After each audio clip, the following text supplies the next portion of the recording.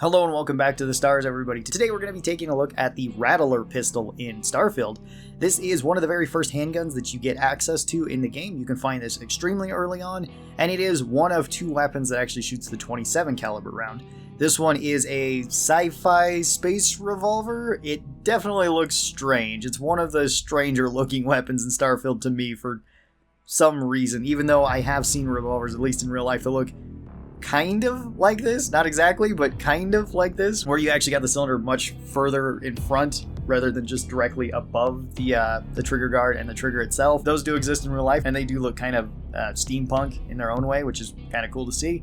This one is just kind of weird to me. Anyway, for the base stats of the Rattler does 10 damage per shot. This holds 12 rounds in it, rather than the 6 that a normal revolver, or most revolvers, would hold. This one has 20 range, which is about the same as all the other handguns, so that's perfectly fine. It has an okay rate of fire, nothing super fast, but not super slow either.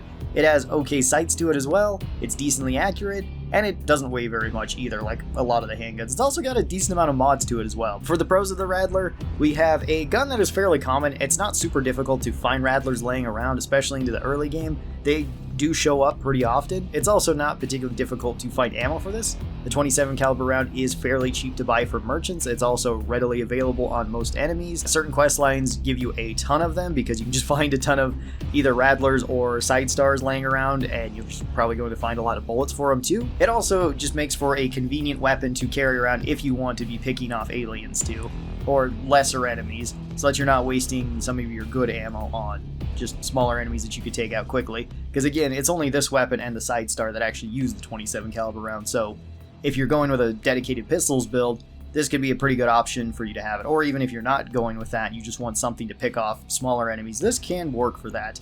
The cons to this, though, are that it falls off pretty hard towards the later parts of the game, because this is one of the few weapons that also does not have an advanced version of it. Usually you would go up to a tier 4 weapon, and this only goes up to a tier 3 weapon, which is rather disappointing, especially since this and the side star only go to a refined. So you're not actually going to go up to an advanced version of either one of these, which it seems weird for an entire just caliber of rounds to not actually have an advanced version. This weapon also somewhat has low damage and low damage per second, at least compared to other weapons that are in a similar position to it, like other handguns, other semi-automatic handguns specifically. In my previous tier list when I was talking about handguns, I did put the Rattler into D tier, and I think that the Rattler actually still kind of belongs into D tier. I think it's one of the weaker handguns, and it's definitely on the weaker half of weapons in Starfield. And this doesn't mean that the weapon is bad or unusable or anything like that. I used it a bunch in the early part of the game, but I did kind of phase it out of my loadout as it went on, or when I picked it up. Most of the time I was just using it to pick off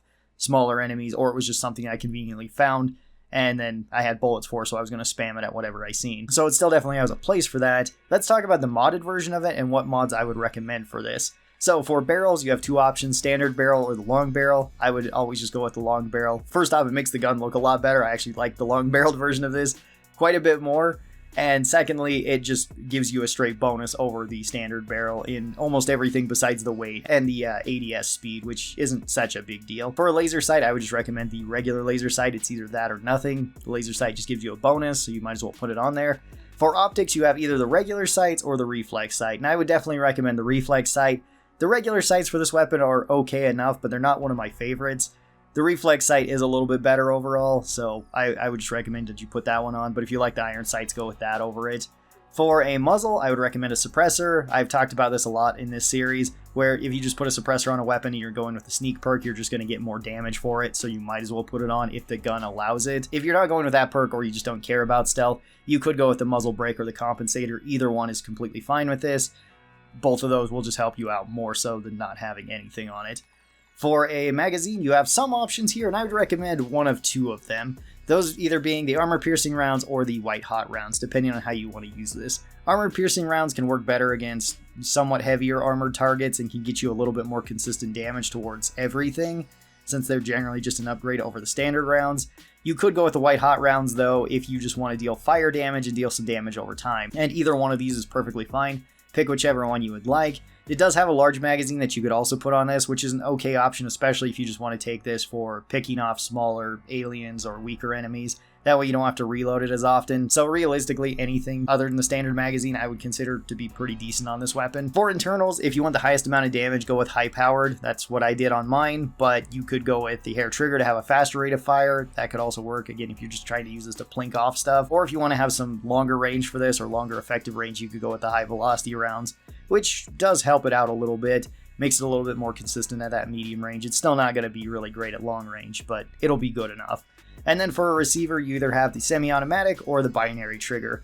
Both of these can be fine, it's just pick whichever one is your personal preference. I don't really care for the binary trigger because it makes the gun just feel really weird in my opinion.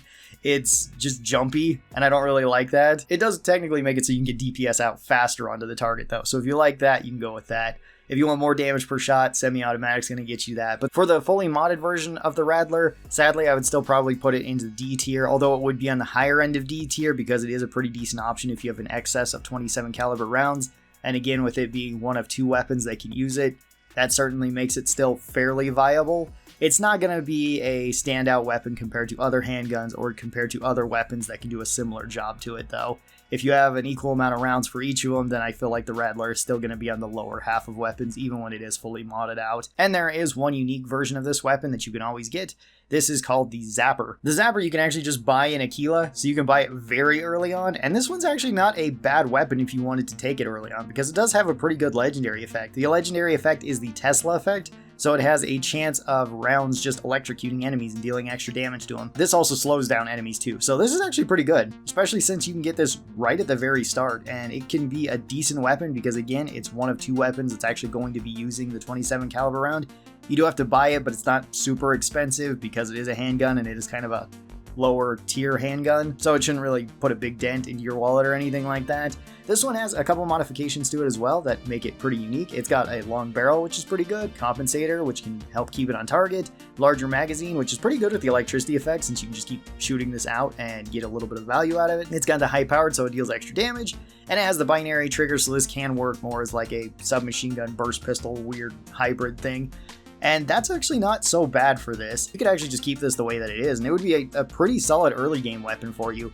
Especially if you were really invested in handguns or elemental effects, this could be a pretty good option. So the Zapper is actually a pretty decent weapon. Still nothing insane, but pretty decent, and that's good enough a lot of the time. Tell me your thoughts on the Rattler down in the comments below. How do you enjoy this gun? Do you use it a lot, or what do you like about it? Or what do you not like about it? I would love to hear that. Thank you guys so very much for watching this. I hope you guys enjoyed it, and I wish you all the best out there in the stars. Take care, and I'll talk to you next time. Bye-bye, everybody!